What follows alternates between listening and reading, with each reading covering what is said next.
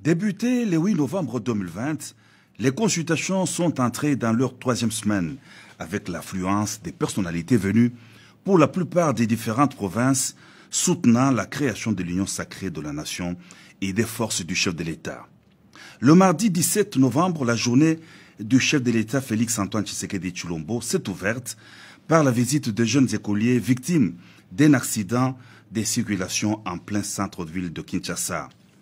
Très affecté par la nouvelle, le père de la nation est allé au chevet de 12 enfants hospitalisés dans un centre médical de la capitale.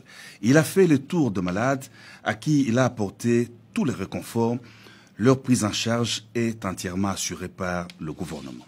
L'Éthiopie sollicite l'appui politique et diplomatique du président de la République Félix-Antoine Tshisekedi Tshilombo dans les conflits du Tigré en sa qualité de premier vice-président en exercice et de futur président de l'Union africaine dès janvier 2021. C'est dans cette optique que le vice-premier ministre éthiopien des Affaires étrangères, a séjourné à Kinshasa. Il a présenté au chef de l'État la situation des conflits qui opposent l'armée fédérale éthiopienne aux forces de la région dissidente du Tigré.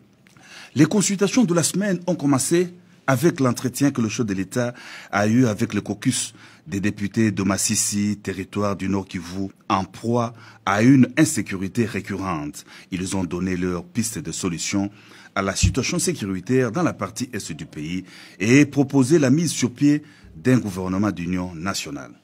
D'une province de l'Est du pays à une autre, le Sud Kivu a été aussi représenté aux consultations par une délégation des députés nationaux qui ont remis au chef de l'État leur mémo sur la situation politique, sociale et sécuritaire de leur province et du pays.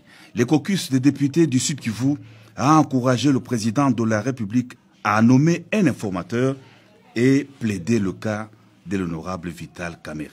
Une forte délégation des paysans kassaïens vivant au Katanga a aussi eu des entretiens avec le chef de l'État. Elle a préconisé la rupture de la coalition FCC-Cash pour contourner le blocage de l'action de l'État. Le caucus du Maniema n'est pas demeuré en reste. À l'instar d'autres notables du Grand Kivu, ceux du Maniema ont réitéré leur appui à la vision du chef de l'État et leur soutien aux décisions qui sortiront des consultations présidentielles. Excellence des relations bilatérales d'amitié et de coopération entre Paris et Kinshasa. Christophe Bigot, directeur Afrique au ministère français des Affaires étrangères, est venu le dire de vive voix au chef de l'État Félix-Antoine Tshisekedi Tshilombo, à qui il a transmis un message de son homologue français Emmanuel Macron. La France, qui appuie la RDC dans son futur mandat à la tête de l'Union africaine, se veut un fervent soutien du pays, de son unité et de son indépendance. Christophe Bigot, directeur Afrique au ministère français des Affaires étrangères, a été conduit auprès du chef de l'État par l'ambassadeur de France à RDC, François Pijola. Par visioconférence, à partir de son cabinet de travail, à la Cité de l'Union africaine, le président de la République Félix-Antoine Tshisekedi Tshilombo a participé au 8e sommet ordinaire de chefs d'État et de gouvernement de la conférence internationale sur la région de Grand Lac. Favoriser la mise en œuvre du pacte en intensifiant la coopération économique régionale et le développement, c'est le thème principal du sommet. Le chef d'État et de gouvernement ont notamment échangé sur des questions relatives à la désignation du nouveau secrétaire exécutif de la CRGN, l'état des contributions des États membres au budget du secrétariat et le fonds spécial pour la reconstruction et le développement.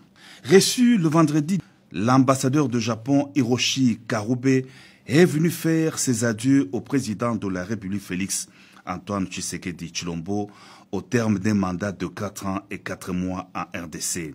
Il s'est réjoui du raffermissement des relations bilatérales entre Tokyo et Kinshasa au cours de son mandat avec la réalisation de plusieurs projets dans le cadre de la coopération bilatérale entre la RDC et le Japon.